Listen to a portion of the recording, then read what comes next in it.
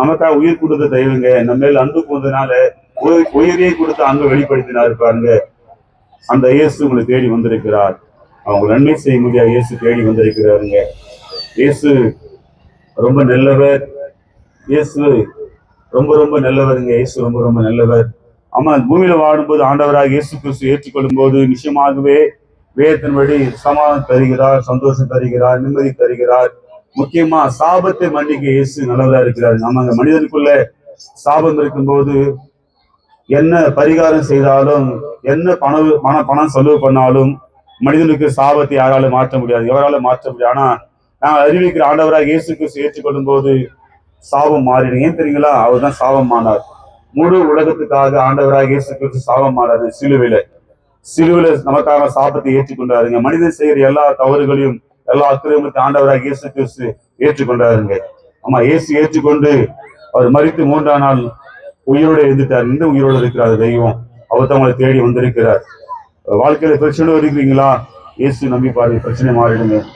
வாழ்க்கை நிம்மதி இல்லாம இருக்கிறீங்களா? இயேசு நம்பி பாருங்க. ஆமா, இயேசு ரொம்ப நல்லவருங்க. இயேசு ரொம்ப நல்லவர். இயேசு உங்களை தேடி வந்திருக்கிறார். இந்த பூமியில வாழும்போது ஆண்டவராக இயேசு கிறிஸ்து ஏற்றுக்கொள்ளும் போது நிச்சயமாகவே சமாதானத்தை சந்தோஷம் அளவில்லாமல் தருகிறார். ஆனா இந்த பூமியில வாழ்க்கை முடிந்த பிறகு, பூமிக்குரிய வாழ்வு முடிந்த பிறகு மனிதனுக்கு ஒரு வாழ்வு உண்டு, நித்திய வாழ்வு. மனிதனோட வாழ்வு பூமியோடு முடிகிற வாழ்வு அல்ல. மனிதனுக்கு ஒரு நல்ல வாழ்வு உண்டு, மோட்ச வாழ்வு, வழிகுண்ட வாழ்வு, பரலோக வாழ்வு. அந்த வாழ்வுக்கு வர வேண்டாம். பூமியில் வாழ்வது ஆண்டவராகிய இயேசு கிறிஸ்து ஏற்றுக்கொள்ளும் போது மாத்திருந்தாங்க. வேற எந்த காரியம் செய்தாலும் மனிதனுக்கு மோட்ச வாழ்வு இல்லை. வேற எத்தனை ஆள் வேலம், பண வேலம், கோடி செலவிருந்தாலும் மனிதன் மோட்ச வாழ்வுக்குள்ள செல்ல முடியாது. நாங்கள் அறிவிக்கிற மெய்தெய்வமாக ஆண்டவராக இயேசு கிறிஸ்து ஏற்றுக்கொள்ளும் போது மோட்ச வாழ்வு நிச்சயங்க. எப்ப தெரியுங்களா? அந்த பூமியில வாழ்க்கை முடிந்த பிறகு மனிதனுக்கு ஒரு நித்திய வாழ்வு, வைகுண்ட வாழ்வு உண்டு. அந்த வாழ்வுக்கு ஆண்டவராக இயேசு கிறிஸ்து அழைக்கிறாருங்க. இதை கேட்க அன்பான உறவுகளே, சொந்தங்களே, ஆண்டவராக இயேசு கிறிஸ்து தேடி வந்திருக்கிறார்.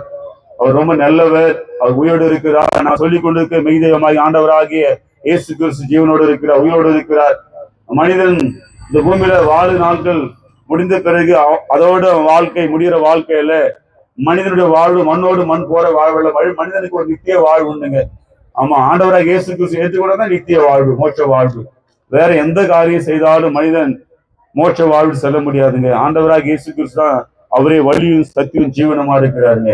ஆமா, இயேசுதான் வழியும் சத்தியும் ஜீவனமா இருக்கிறார். இதை கேட்கிற அன்பான உறவுகளே, உங்களுக்கு கோசம் ஜெபிக்க போறோம், பிரார்த்தனை பண்ண போறோம். நிஜமாகவே இயேசு நம்பி பாருங்களேன். நிஜமாகவே ராத்திரி வேலை இயேசு வருவாருங்க. அவர் கூப்பிட்டா வருவாருங்க. மனிதனா என்னென்னவோ யோசிப்பாங்க, ஆனா ஒரு பட்சபாதம் இல்லாதவருங்க. ஆமா, எல்லாருக்கும் ஒரே ஒரு தேவை இயேசுங்க.